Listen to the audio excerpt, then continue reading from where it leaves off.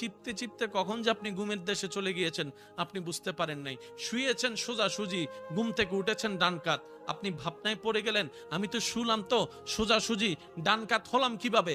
আমার মাও তো গড়ে নাই, বাবাও তো গড়ে নাই, বউও তো গড়ে নাই, আমাকে কাত করে দিল কে? আর যে কাত করে দিবে সেও তো ঘুমাচ্ছে, আমাকে কাত করলো কিভাবে? এবার সিসি ক্যামেরা আপনি লাগাইলেন নিজেকে অবজারভেশন করার জন্য। আপনি দেখলেন 12টায় আপনার ঘুম আসছে, 12:15 আপনি ডান কাত হলেন, 12:20 আপনি সোজা হলেন, 1:30টার দিকে আপনি বাম কাত হলেন, 3টার দিকে আপনি সোজা হলেন। অটোমেটিক ঘুমের মধ্যে আপনি সিসি ক্যামেরায় দেখছেন কাত হতেই আছে, কাত হতেই আছে। কিন্তু আপনি জানেন জাগ্রত ছাড়া, ব্রেন ছাড়া কখনো হাত ওঠে না, কখনো আঙ্গুল ওঠে না।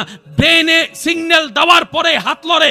বান্দা ভাবে ঘুমের ভিতর যদি আমি 8 ঘন্টা একভাবে শুইতাম সারা শরীর প্যারালাইসিস হয়ে যেত। আমাকে এই কাজ করালো কে? রব বলে যে তোর মা যখন যত্ন নিতে পারে না ঠিক ওই জায়গা থেকেও আমি আল্লাহ তোর যত্ন নিতে থাকি।